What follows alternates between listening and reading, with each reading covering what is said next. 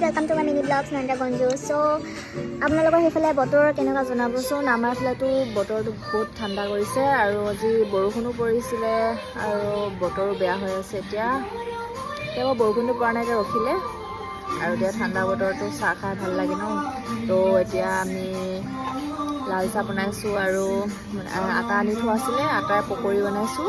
আৰু আপোনাৰ বাহিৰত চাওকচোন আমাৰ এইফালে বতৰটো দেখিছে। আজি বতৰটো ইমান বেয়া কৰিছে, গোটেই এইফালে বৰষুণ পৰি সেইফালে ঘৰ চৰৰ ওপৰত গছ পৰিছে দেখিছে, বতাহ ধুমুহা দিছিলে। সেইকাৰণে আৰু সেয়া দেখিছে নহয়, বতৰটো বেয়া কৰি থৈছে। সেইকাৰণে আজি আমি এইফালে খাই আছোঁ লাল চাহ আছে, এইফালে পিঠা বনাইছোঁ।